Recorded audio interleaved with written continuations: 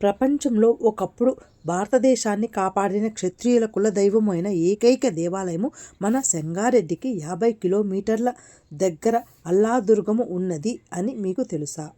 1000 సంవత్సరముల చరిత్ర కలిగిన ఈ రేణుకా ఎల్లమ్మ తల్లి స్వయంభూగా వెలిసినారు. ఈ గుడి ప్రత్యేకత ఏమిటి అంటే ఇక్కడ 9 మంగళవారములు అమ్మవారిని పూజ చేసుకొని చివరి మంగళవారము నిష్టగా ఉండి అభిషేకం చేయించి ముడుపు సమర్పించటంతో పాటు గంగా జమున అనే ఈ కుండలలో కళ్ళు నింపి అమ్మవారిని మొక్కడం వల్ల కోరిన కోరికలు తీరుతాయి అని భక్తుల నమ్మకము.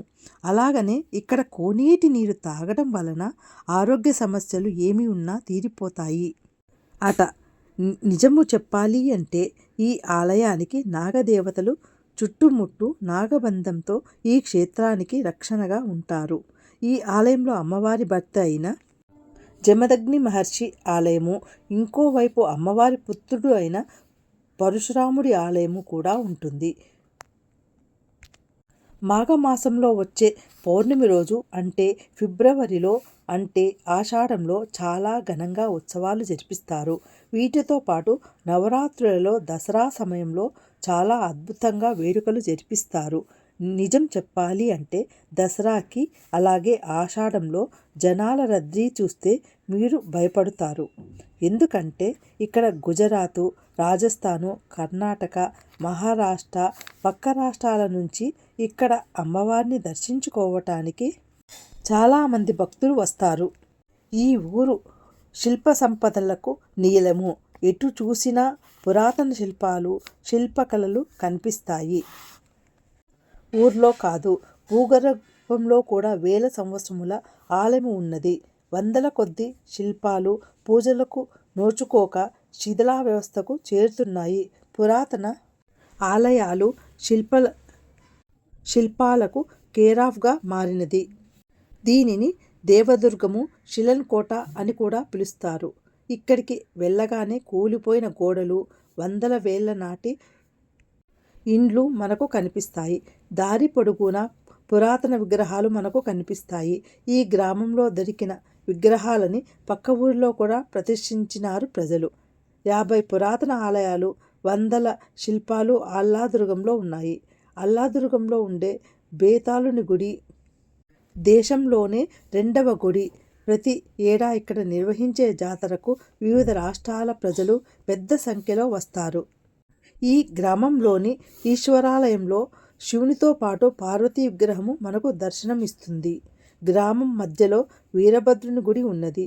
ఇందులో ప్రాచీన శిల్పకళా సంపద కనిపిస్తుంది. వీరభద్రుడి ఆలయంలో ఉన్న నంది సహజత్వం ఉట్టిపడేలాగా ఉన్నది. ఈ గ్రామంలోని హనుమాన్ ఆలయముని, బేతాళుని, బౌద్ధుని విగ్రహాలు కూడా ఉన్నాయి. మరో ఆలయము అయిన ఎల్లమ్మ ఆలయంలో భారీ స్వరంగం కనిపిస్తుంది. ఇది గ్రామం సమీపంలోనే ఊర్లోకి వెళుతుంది అని గ్రామస్తులు చెబుతున్నారు. అల్లాదుర్గ గ్రామంలో అపూర్వ శిల్పకళలకు నిలయము. ఎటు చూసినా వందల కొద్ది పురాతన విగ్రహాలు చెల్లాచెదురుగా పడి ఉంటాయి. కొన్ని ఇండ్ల మధ్య మరికొన్ని పిచ్చి మొక్కల మధ్య కనిపిస్తాయి. ఈ గ్రామంలోని ప్రభుత్వ పాఠశాల దగ్గర వెళితే అక్కడ 2 ఏకశిలలు ఉన్నాయి. వీటి నిండా వివిధ ఆకారాలలో చిత్రాలు చెక్కి ఉన్నాయి. వీటి దగ్గరలోనే భూగర్భంలో వరంగల్ 1000 స్తంభాల గుడిని పోలిన ఆలయం ఉన్నది అని స్థానికులు చెబుతున్నారు. వరంగల్లోని ఇసుక దిబ్బల్లో ఉన్నట్లుగానే ఇక్కడ కూడా ఇసుకలో ఈ ఆలయం ఉన్నది అని అంటున్నారు. ఇక్కడ స్థానికులు చెప్పడము ఇది మొత్తానికి భూగర్భంలో కలిసిపోయింది. గతంలో పురావస్తు శాఖ అధికారి తవ్వకాలలో శివలింగము, నంది, దేవుళ్ళ విగ్రహాలు బయటపడ్డాయని వాటిని హైదరాబాద్కి తరలించారు అని చెబుతున్నారు. ప్రభుత్వాల నిర్లక్ష్యంతో చారిత్రక కాలగర్భంలో కలిసిపోతుంది అని గ్రామస్తులు ఆవేదన వ్యక్తం చేస్తున్నారు. వరంగల్ 1000 స్తంభాల ఆలయాన్ని అభివృద్ధి చేస్తున్నట్టే తమ గ్రామంలో ఉన్న ఆనవాళ్లు కూడా తెలియడం లేదని గ్రామస్తులు ఆందోళన చెబుతున్నారు.